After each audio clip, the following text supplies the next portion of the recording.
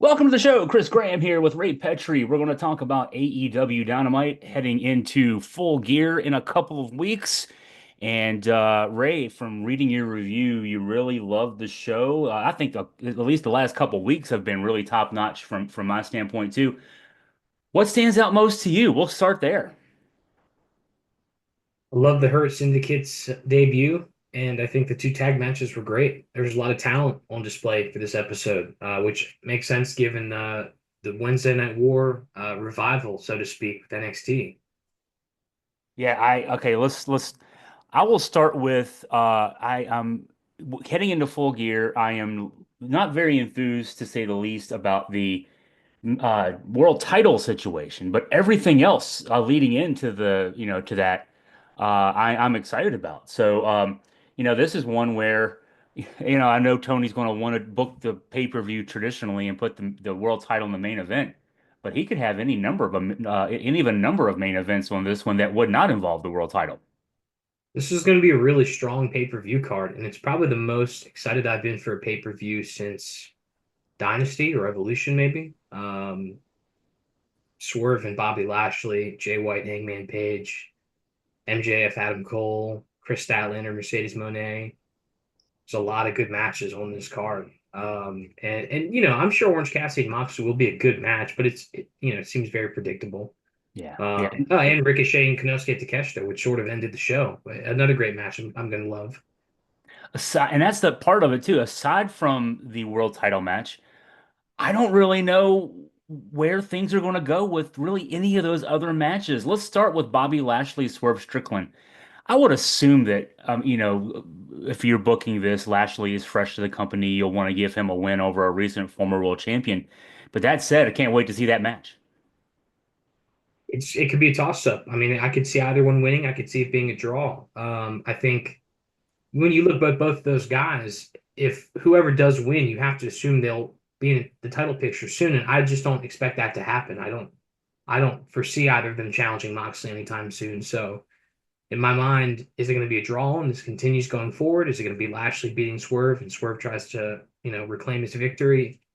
It's tough to say. I just hope it's not a one and done. I hope it continues on at least till the end of the year. So we'll talk about MJF Adam Cole, but we have to talk about Adam Cole versus Malachi Black on Wednesday's show.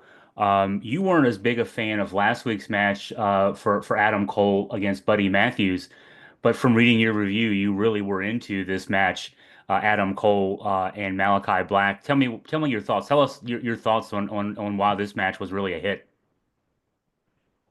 I think Malachi Black showed Cole a little bit more respect than Buddy Matthews did. And obviously Buddy Matthews, whose goal was to test Cole, but Malachi Black and Cole have such a rich history together on NXT, funny enough. And it was nice to see some of the callbacks to their matches on the Black and Gold brand.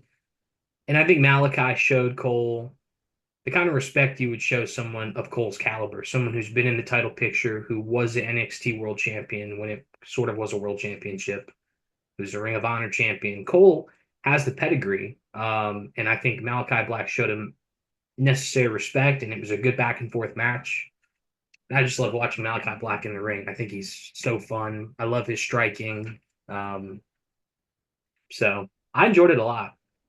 And the ending to this match, not just the ending, with Adam Cole getting the victory, but then the post match where Cole reached out to shake hands. Malachi Black instead gave him a big hug.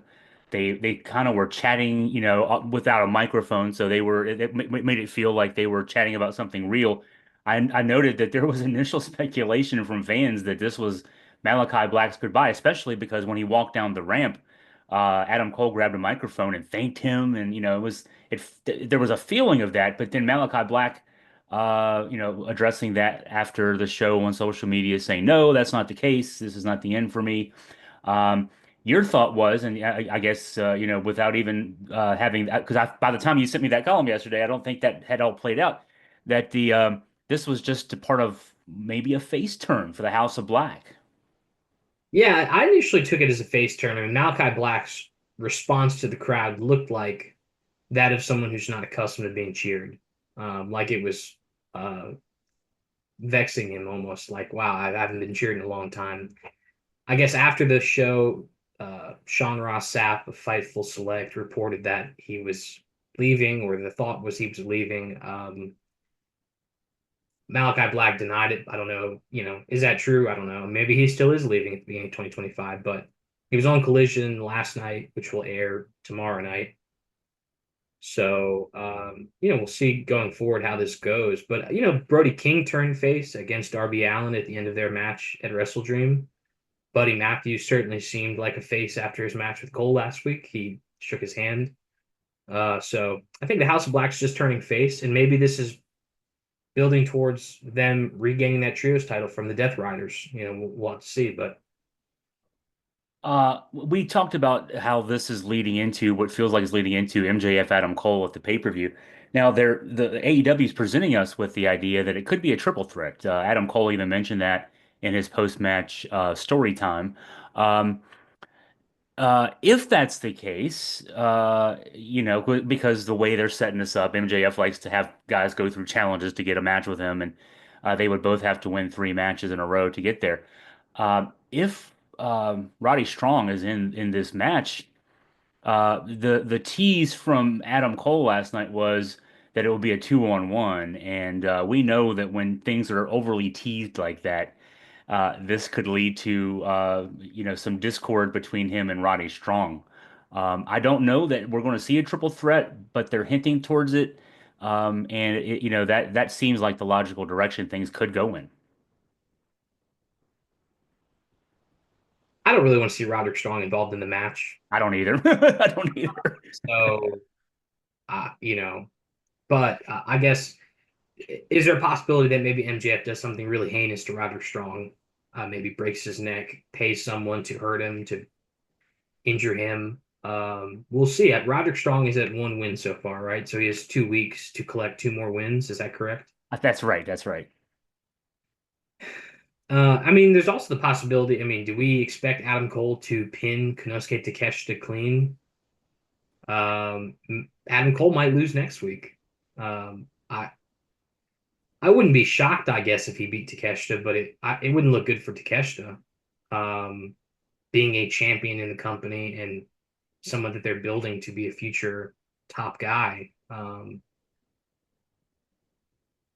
In a way, I almost find this kind of unpredictable because with that match, it's hard for me to believe that Cole can beat him after beating Buddy Matthews and Malachi Black back to back weeks. But I hope Roderick Strong is not involved in this pay-per-view match. Uh, Yeah, because the buildup for the last year and a half with their friendship and devil thing that never got resolved last year was for those two guys to eventually have the blow off there. So let's switch now. Adam Page and Jay White.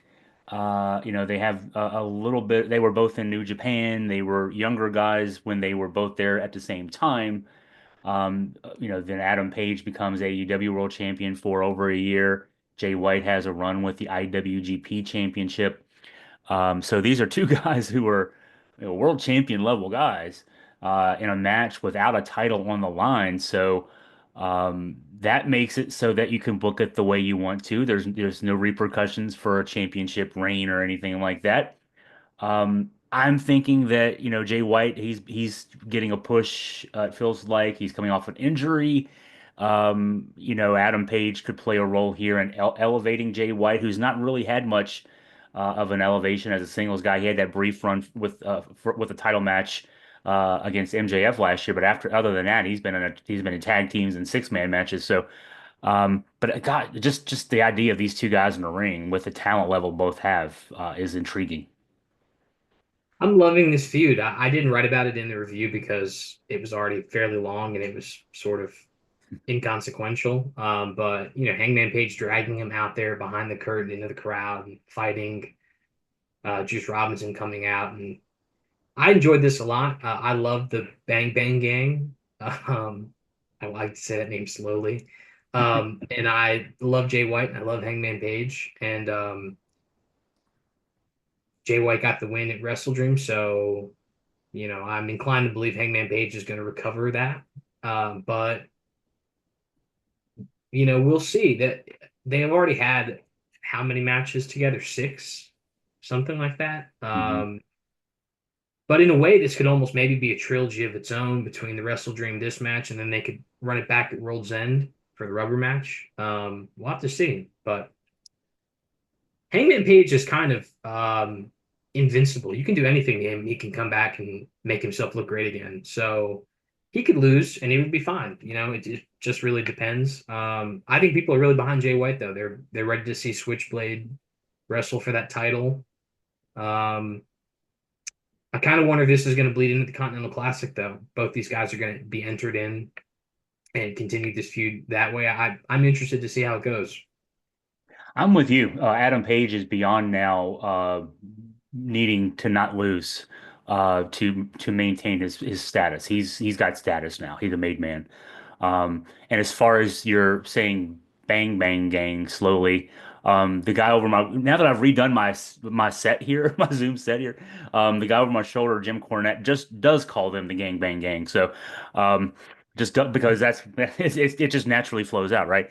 Right. Um, on this show, getting back to reviewing the show for a second, a surprising, and I shouldn't say surprisingly good match. My favorite match I think on this show was Jamie Hayter Penelope Ford. I wouldn't have looked at the card before the show and said, "Oh yeah, that's the one that's going to stand out to me." But this was a great match. Styles make matches in wrestling, and these two have very different styles. Penelope Ford's very evasive. She has those Matrix-like moves with the bridges and stuff like that. And Jamie Hayter's a powerhouse. Um, I really do think there's kind of there has to be anxiety for both of these women because in their absence, the division has changed so much. And they're coming back and trying to find a footing in it when there's only two titles, only so many spots on the show to be televised, to have matches, to have feuds and angles. And the winner of this kind of, enters the fray with better standing. We expect Jamie Hayter to win. She is the former champion. She probably will one day be a champion again. But this is a great match. And Penelope Ford, while she has wrestled on Collision, it wasn't a long match. And this was a great um, stage for her to show what she can do because a lot of people, well, actually, I don't say that. I was going to say that maybe fans didn't remember her or weren't watching when she was on, but they probably were watching because more of them were watching then than they are now. But it's been a while since she's been in the AEW, so it was a nice way for her to showcase what she can do. Yeah, Excalibur noted on commentary during this match that a lot of her early matches were on the YouTube shows, and she had wins over Willow Nightingale. I'm trying to think of all the people he mentioned that she had wins over, but she had at Riho was another. Um, Rhea, and Julia Hart. and Julia Hart, yeah, yeah, back when they were still developmental wrestlers. Yeah. And when Penelope Ford was more of a featured wrestler at that time, and so it like you said, since their injury, she was out for 2 years. The division has changed, but this match really helped showcase her as someone. Yeah, she won't get a push. She won't ever be a champion necessarily there, but JR would say she's a good hand. She's someone great to have around. She's got a great look, and a personality that can be used. And she works. She works well. So was really impressed. Hey, let's move to so the mystery partner. They swerved us. I thought that was a great swerve. Ricochet had talked about having a mystery partner. He could a partner of his own choosing. We all thought it would be Mark Davis because of his recent return from a long injury of his own. Given that the opponents were going to be Takeshita and Kyle Fletcher, and swerved us. They brought Willie Hobbs back. Powerhouse Hobbs is back, and I guess we knew that he was going to be coming back sometime, but did not expect to do it here. Great swerve. He looked great. He's a guy that I keep saying he's got to be a champion of some sort at some point in his AEW run, and glad to see that he's back. This was great economic booking from Tony Khan because you have Kyle Fletcher's feud. with Will Ospreay. You have Ricochet's feud with Konosuke Takeshita for that international championship. And then you have what I think kind of in the background is Will Hobbs, Powerhouse Hobbs, and Ricochet are both guys who could possibly join the Hurt Syndicate one day. They're guys that we have both on this show, and obviously a lot of fans have speculated might join this faction. Earlier in the show, the Hurt Syndicate approached Ricochet. Have to admit, all four of them look quite nice together. And MVP was taking note of this match, and so I mean, there's so much going on here. Mark Davis comes out at the end. Will Ospreay comes out at the end. You just have so many feuds and personalities intersecting. It was really smart, super entertaining, and Hobbs and Ricochet, some great improvised offense. They were a lot of fun to watch together. I'm looking ahead now to the shows. We're recording this on Friday, so tonight's Rampage, tomorrow's Collision. As you noted, the Collision is already in the tape deck there. They're working on that. It was already recorded last night, Thursday night. Um, on the show for tonight, Rampage, the matches that you show here, I will say none of the matches are, this is a Rampage booking, but Leo Rush Commander. I love both these guys. And it doesn't really matter who wins. It's one of those things, but I just love these guys. I'm going to tune in just for this match. Yeah, this is a great, I guess in New Japan it'd be a junior heavyweight bout. But yeah, these are two awesome competitors. If you like frenetic wrestling, this would be a great match to watch. Hikaru Shida versus Viva Van.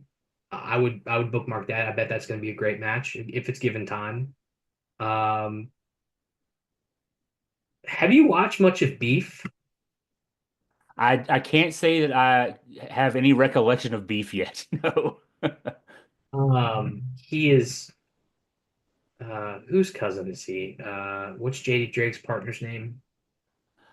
Oh, Anthony Henry. oh yeah, yeah, yeah, yeah, yeah, yeah. He's his cousin or brother-in-law or something like that. He's pretty entertaining. Okay. That'd probably be a good match. And I love the Martin brothers. Both of those, they are so good at wrestling. Oh yeah, So yeah. young. But yeah, Leo Rush. It's unfortunate he has not. Has he had a promo on Dynamite yet? He had, I keep saying that. So he's really fun to watch in the ring. Yeah. He's even better on the mic. Give the guy a mic. Yeah, he is so entertaining. I remember when AEW came to Norfolk in 2021, he was in the tag team with Dante Martin and he was doing promos for Dante, and they were such an entertaining act.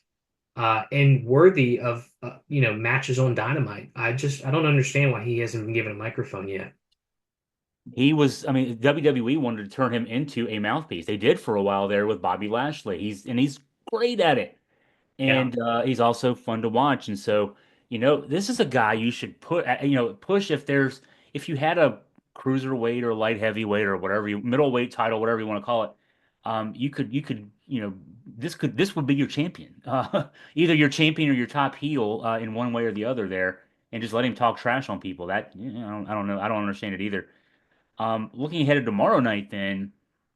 This is a match that is interesting for me to point out. Nick Wayne and AR Fox. I love AR Fox. He's a guy that's never going to get a push for lots of reasons, I guess. I don't know what the reasons are, but there has to be reasons because he looks good. He's in great shape. He works great.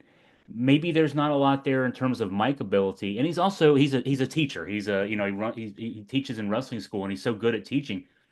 But him and Nick Wayne, this should be a banger of a match. Oh, absolutely. These guys have they're very familiar with one another. Both Pacific Northwestern guys. I'm wanting to say Nick Wayne has trained under Air Fox. Is that correct? I I think don't know. that's right. Yeah, yeah. I don't know how extensively, but obviously they're familiar with one another. Right. And Nick Wayne, unfortunately, because of this Christian Cage patriarchy group, has not really been given the spotlight he probably should be. Is he even 20 years old? That's right. I think if he is, he just turned 20, right? He's a Yeah, young guy. Yeah. very young. And Billy Starks is in the same boat for me. She's on Ring of Honor, obviously, in a featured position with Athena, who is the star of Ring of Honor. But they're so young. It's almost a disservice to have Nick Wayne and Billy Starks be heels right now. But anyways, it'll be a great match, and Nick Wayne will be able to showcase what he can do in a more intimate setting with someone he's familiar with. Right. Yeah. When guys have that history together, that makes for good TV matches, no doubt. The other one that I'm looking forward to, I don't really care about Death Riders versus Conglomeration. That's the match that will, draw in, people maybe to watch, but it won't be that good, I don't think. But the Outrunners and Top Flight in this Full Gear four-way contender series, um, Top Flight's obviously Top Flight. You just talked about them. I mean, they're so fun to watch. And the Outrunners, so I love how this story has evolved. They got a match on either a Collision or Dynamite some time ago, a year ago, past a year ago, something like that. They were just local talent in the local area that the show was being run in, and AEW likes to bring in local talents to serve as enhancement talents on some of the shows. And these guys, unlike a lot of those local talents, these guys had this gimmick, this 80s, throwback gimmick. And they've been jobbers for a long, long time, and now it's like, hey, yeah, they're good. Let's give them a push. Let's see what happens. I'll be interested to see. They've been partnered with, aligned with whatever with FTR in some vignettes, and that's helping get some attention to them. I doubt they get a win here. I don't know that I want them to get a win here because it's Top Flight, but who knows? I mean, they're getting a push, so maybe they do get a surprise win. They are massively over everywhere Yeah. in the South and the Northwest. In the UK, they are really over right now. And they have this thing going on with FTR. The merchandise looks great. The vignettes are awesome. On one hand, I ask myself, how far can you take what is essentially a glorified meme? I mean, they're this 80s throwback tag team. They're not great in the ring, but they're not bad. They have personality, which goes a long way in the professional wrestling business. But I wonder, I believe that FTR is going to eventually turn heel on them. FTR are great heels. They've been baby faces for years now, and I think they've gotten as much mileage out of that as they can at this point. So I wonder if they're going to enter this four-way with FTR and Private Party and whoever else is in contention. And I wonder if FTR is going to turn heel on them at this event or soon. I wonder what, I mean, there's a lot of possibilities.